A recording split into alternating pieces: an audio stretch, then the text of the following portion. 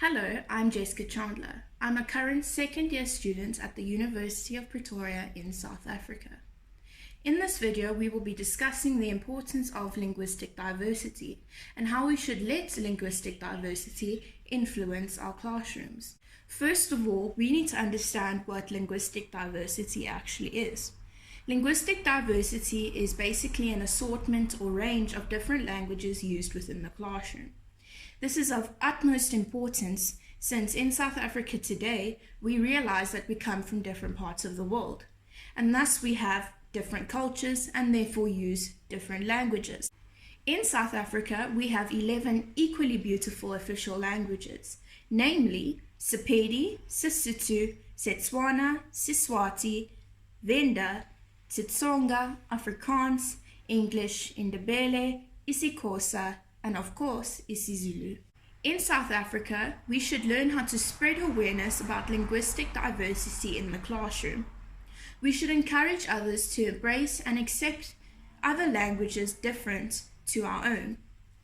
If we do not spread awareness, we cannot help those who use a language primarily that is different to the language of instruction. In South Africa, in most cases, the language of instruction is English. Even though there are 11 official languages in South Africa, the South African curriculum only caters for a handful of those languages. This makes it almost impossible for the child to feel safe and secure in an environment where the language of instruction, for example English, is different to their home language, for example isiZulu. Awareness of all languages is very important to the child, since it helps them feel safe in a classroom and feel as if they can do the same things and learn in the same way as those who use the language of instruction primarily. Those who can only speak one language should be exposed and encouraged to learn another. Using other languages in the classroom is very important, since it will help transform children into bilinguals, people who can speak two languages. They will either transform into simultaneous bilinguals, people who learn two languages at the same time, or consecutive bilinguals, when the child learns one language and then the other.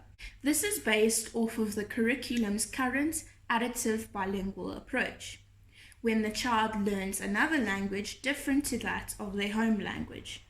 This is seen embedded into the curriculum because a child is required nowadays to learn one additional language.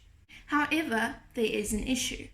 Sometimes children will simply only form BICS, Basic Interpersonal Communication Skills. This makes it increasingly difficult for the teacher to observe whether or not the child has grasped the lesson outcomes without doing written assessment.